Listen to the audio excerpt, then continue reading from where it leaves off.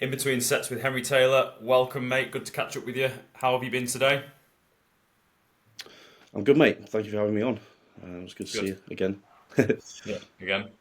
Um, we'll, we'll get the awkwardness out of the way. This is the second time recording it because the last time was just too poor quality. But since we've recorded it, I was quite excited to see that you've managed to hit the milestone that is £300. So when did you manage to achieve that, and how long have you been hunting that body weight down?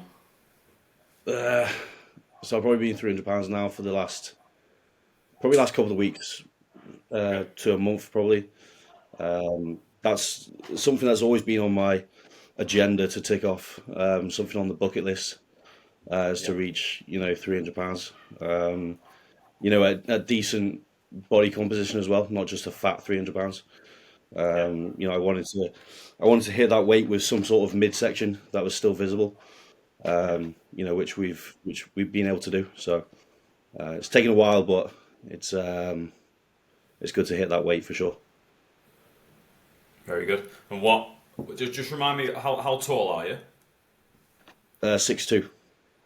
6'2", yeah, similar height to me. And what's your food been Yeah, pushed up to nudge body weight up to 300 pound? it's been a mixture really. It's been at the moment I'm on about just over 6,000, so 6,200 on training days. Rest days are like 5'8", so 5,800. But one of the main things that we've done to keep seeing increases in body weight through this improvements phase since I came off stage last year in November is adding high days in, which is something I haven't done before. I've kind of just what we've done in the past is just added off-plan meals in here and there, but utilizing additional carbs around training, and then an off-plan meal later in the day has just helped weight stick, and get me over a certain point where we've been in the past with off seasons and improvements phases. So that it's helped us put on a kilo a week. Obviously that's slowed down a bit now, but at the start and through this whole year really it's been more so like a zero point 0.5 to 1 kilo a week gain. And what was your? Just remind me, what was your stage weight last time you competed and before you started your off season? I was 109 at the British finals. So yeah, I'm 137 today. So yeah, 239, £240 on stage. So you've £60 push up. Decent. And Yeah, what yeah. steps at? And are you doing any cardio at the minute just to maintain health at all or digestion? Yeah, so this has been the first time that we've introduced cardio all through the off season as well. So just 3 sessions of 20 minutes, either on the bike or treadmill, kind of getting the heart rate to like 130, 135 beats per minute, and then steps. I've literally stayed at 8,000 every single day since I came off stage. Cool. So nothing crazy. Nice. Yeah, that seems not to take any wind out of your sails, but that seems pretty manageable, really. Like it's not excessive, is it? Or in any, the food's Yeah, obviously very high, but moderate cardio just to yeah. keep digestion moving is seems pretty reasonable. Um, 100%. but Yeah, but just that's been just the main tell thing really. yeah, well just tell just let's just rewind slightly. Tell everyone what you were. How did you get into your training and your professional life outside of training, if you wouldn't mind. Yeah, so training background probably came from rugby. I played rugby for a good amount of years through my teens. Tore a hamstring. That was kind of the end of my rugby career. But during that time, like towards the end of it, I started training just to put some size on. Really, I was going against some big lads who were much more mature than I was at the time. Obviously, being a taller guy as well, I was much more skinnier, lanky. Being playing fullback and or wing or centre, and going up against guys who were just bigger than me. So I knew I had to kind of put the size on somehow. So started increasing food from there. Started training bits and bobs.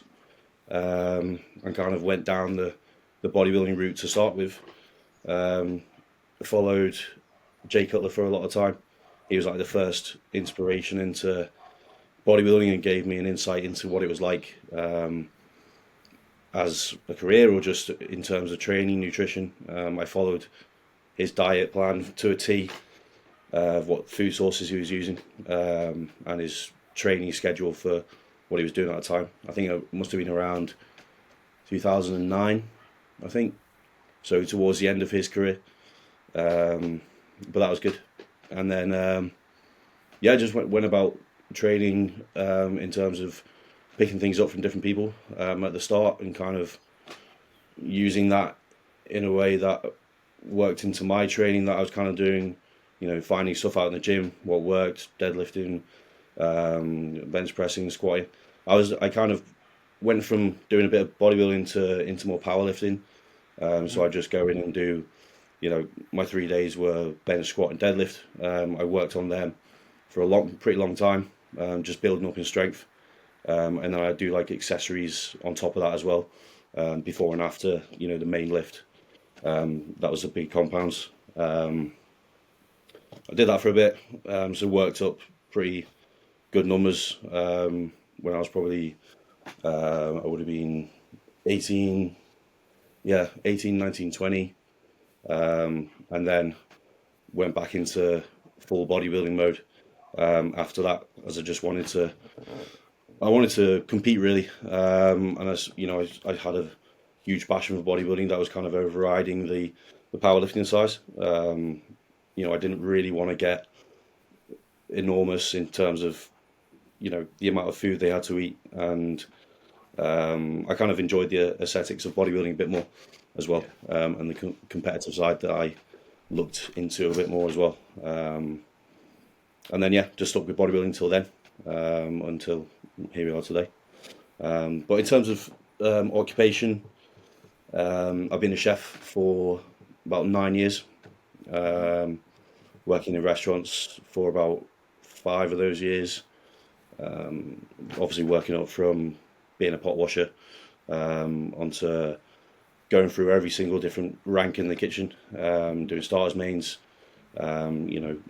commie, junior sous chef, head chef, done all the roles. And then probably about 4 years ago, I started the private chef business, which I'm doing now. Kind of the main thought process behind that was obviously getting out of restaurants, just because of the hours that I was doing, 12 to 14-hour days, locked in the kitchen wasn't the best in terms of trying to pursue bodybuilding at the same time. So, the main reason why I started my own business and to go self-employed and do that way was mainly to give myself more time to bodybuild, and to kind of do that full time, and put all my effort into that, and then obviously try and grow a business at the same time, which obviously financially would give me a lot better options as well. Yeah, cool. And we mentioned last time that you save your culinary skills for your customers, and what you tend to eat day to day is pretty bog standard, I think. But what's your diet looking like to hit peak body weight at 300 pound? It's still very clean. I'd say probably 90% of it is clean. My base food, which I said before, which was the calories like the 6,200 calories, is all clean food. None of that is the high day stuff. Is none of that's the off plan meals or the Five Guys. That's additional onto the food that I'm eating at the moment. So always kind of swap one meal out and put the Five Guys in. So I'm still in a more of a surplus on my high days. But it's just a lot of your standard bodybuilding: chicken and rice, fish and rice, eggs, oats, all that kind of stuff. I want to bring out side note. I want to bring out a gym pin squatty potty, if you know what one of them is. So you sound like a prime candidate for one of those to test one out, mate. I'll send you the prototype to try out. I would 100% take that on and test they're it out. they're going to be a life changer for guys who are shoveling down food. Let me tell you. No doubt the comments Yes. will say, what the hell is a squatty potty? And if you don't know, Yeah. get to know. Seriously. I'm not, yeah, I'm not sure how we do the content around that, but yeah, for sure. We'll figure something out. That'll absolutely blow up. That'll go viral immediately. It was good. So just talk. Just I know we've touched upon it, but just tell us about your first your competitive career and stepping on stage and then winning the. Just remind me, was it the British Junior title or the British Novice title? British Novice, that was last year. Yeah, I think my first season was not last year, not last year, the year before. yeah. Was my first season when I did first timers. Um, and then I won the year overall with that. Did a few extra shows in that I got invited to. And then started I think I did an 8 month off season into my second season, which was last year, which we went into novice, and then I think I did three shows last year. I did, yeah, three shows, including the British finals, which was in October, and then yeah, took the British title there. Sick. And what's the plan for next time to compete? When would that be? We're thinking it'll be next year, so probably next. My first show will be next September. Um, so prep will start in around April, May, and then we'll compete later on in the year. But that'll be going into the open classes now because I can't do novice anymore. So I'll be going into tall bodybuilding. Competing against tall body, so that you'll be competing against the likes of maybe not at this stage, but people like Josh Marley and Jamie Joe Howell all came up through the ranks in that class, I suspect, and Yeah, Nathan Styles over at Sheffield Way. All the I follow all the tall guys because you just think they've got to slap on some mass to and some size to stand out on stage, and them three especially have managed that. So yeah. yeah, I do follow. Sorry, I do follow those guys closely just because I can relate the most to them guys. And there's only a few of them as well. There's not many, over 6 foot bodybuilders doing well as well. So that all those guys are in the mix, which is nice to see from my end. Um, but I know that there's just a lot more size to put on to kind of be up against those as well. and just talking critically, what have been focus body part wise? What's been a focus for you this off season in terms of body part wise? What have you been trying to bring up? Or is it just everything? Yeah, it is still everything. I'm still, very far from filling out my frame. Just again, being a tall guy, it just takes more time than someone who's 5'6", 5'7". But main areas I've got long limbs, so arms, legs. I'm all right with chest and back. They're pretty dense. Obviously, still need more size, but in terms of proportions, it's the legs and arms is the main ones. Yeah, you sound very similar to me. I'm quite sort of torso dominant, chest and back, Yeah, relatively strong points, but then arms and legs are got long femurs and just bloody the bane of my life trying to build something yeah, like that. Yeah. it is. It is. And what's the training split like at the minute to facilitate that? So I'm doing 4 days, training 4 days a week, 3 days off, which has worked really well actually. I think 5 days is a lot just for the way I train at the moment in terms of recovery. We've seen the most benefit from recovering more and having those 3 days off around the 4 days training split. But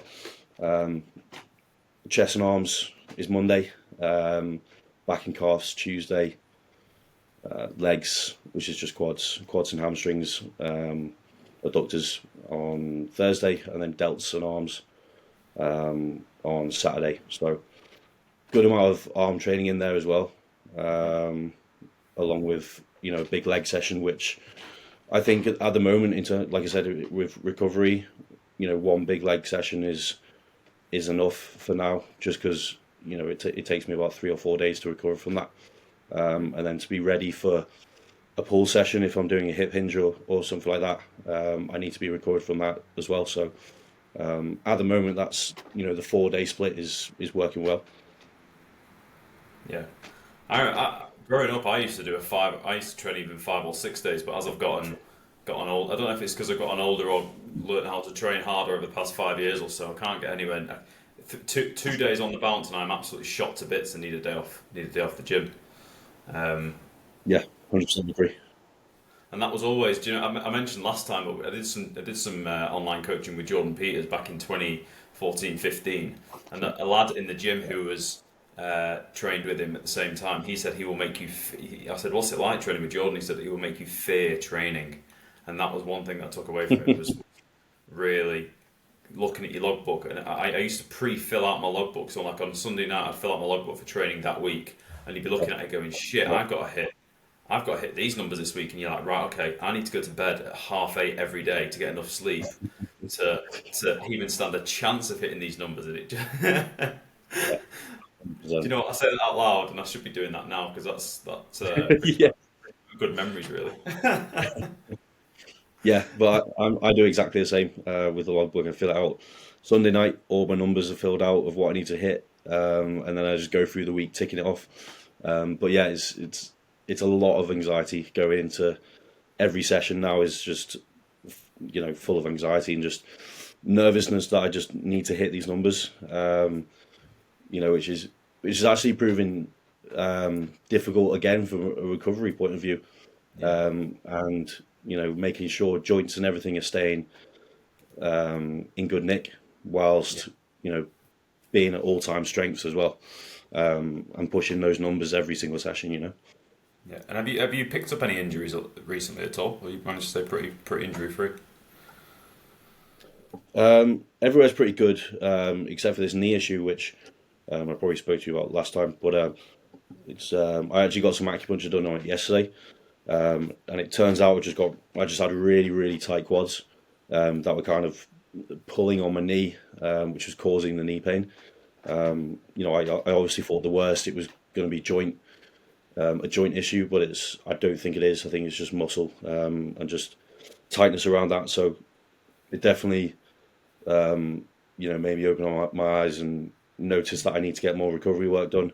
Not just sports massage, which does help a lot, but in terms of getting in deep and deeper into the muscle, to get those spots out that are causing issues, is definitely needed. So, doing more acupuncture work is something that I'm going to be putting in place, especially through this next part of this improvements phase, and probably going into prep as well. Is acupuncture something I've considered but never gone through with? Is there much science backing it, or is it more just sort of anecdotal evidence? I mean, that was the first proper session I've had of acupuncture. I haven't really read much up on it, but my experience from yesterday is that it works very, very well. I was only there for probably an hour. They left the needles in for about 20 minutes with some infrared light on them on the leg. They had them. I had them all the way up the quad in different spots that were causing issues. That was spasming out, and it definitely feels 5 times more relaxed today than it did yesterday. And it's actually taken away quite a lot of my knee pain today. So that's just in a span of a day, it's made improvements. And long-time followers of Jimpin at least may recognise you from your hip thrust that you did back in whatever year it was, 2020 or 2021 or something like that. Have you got the hip thrust in at the minute, or have you just maxed that out and can't progress it at the No, minute? you know what? That was probably like the last time I used that machine. Was when we were filming and posting those videos of like I don't know how many plates it was, like 12, 10 plates aside, 12 plates Yeah. aside, like. And then I think Luke at the gym shut the extenders away, so I can't find them anymore. Probably doesn't want me to break the equipment. So Yeah, that's fair um, enough. and they got taken off. They got taken off the training plan. So We're all for adding a bit of extra weight to equipment, but at some stage you do have to think, yeah, it's probably a better idea to swap the exercise out at this stage. yeah, There was a guy tagging me the other day who was doing like a 7 plate machine press with some extenders. And I said, mate, I think it's time just to go on the Smith machine because that yeah, chest press is clearly too easy. yeah. It must be just an easy machine. Sometimes it is. Sometimes it is. Yeah. Well, listen, Henry, really good to catch up with you again, mate. Got to jump off, but we'll speak again soon. That's fine, mate. Appreciate you having me on. It was Top good to man. chat. Cheers.